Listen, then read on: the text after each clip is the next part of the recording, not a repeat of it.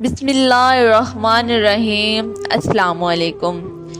6 ماہ کے سفر کے بعد عبداللہ بن حفیظ صدی جب واپس اپنے شہر کوفے پہنچے، کیا دیکھا کہ کوفے کے بازار بند ہیں، کوئی مرد شہر میں نظر نہیں آ رہا۔ اس نے سوچا کوئی بیماری آ گئی ہے اور ہر کوئی چھپا ہوا ہے۔ جیسے ہی اپنے گھر پہنچا اپنی بیٹی سے پوچھنے لگا، بیٹی کوفے والے کہاں چلے گئے ہیں؟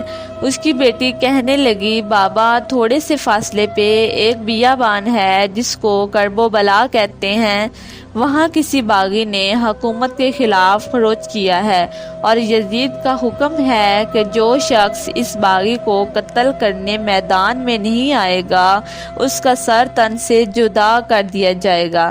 بابا آپ بھی چلے جائیں، کہیں کوئی مخبری نہ کر دے۔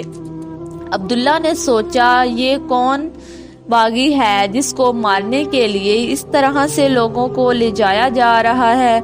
بالآخر وہ تلوار لے کر جیسے ہی گھر سے باہر نکلنے لگا تو اس کی بیٹی کہنے لگی، بابا جنگ میں مال غنیمت ملتا ہے، دیکھیے گا اگر کوئی یمنی حقیق ملے تو میرے لیے ضرور لے کر آئیے گا۔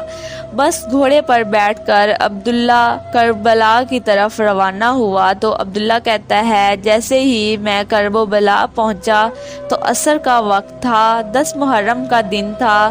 میں نے عجیب منظر دیکھا کہ ایک اکیلا شخص ہے جس کو چاروں طرف سے فوج نے گھیرا ہوا ہے، جو بوڑھا بھی ہے، جو پیاسا بھی لگتا ہے، اس کا کلیجہ کھل کر گردن تک آ پہنچا ہے۔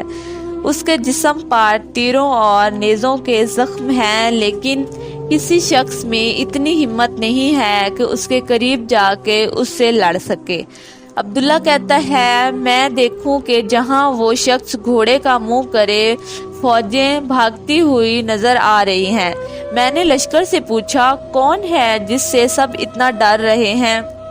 یزید کے ساتھیوں نے کہا، تمہیں معلوم نہیں، اس کا بھائی عباس تھا اور یہ عرب کا بڑا بہادر ہے۔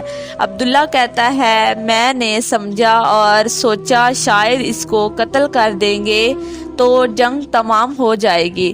بس میں نے اپنے گھوڑے کو اس کے گھوڑے کے پیچھے لگایا، جیسے ہی قریب آنے لگا اپنی تلوار نیام سے نکالا اور اتنے میں وہ شخص مڑ کر مجھ سے کہنے لگا، اے عبداللہ تم پر سلام ہو۔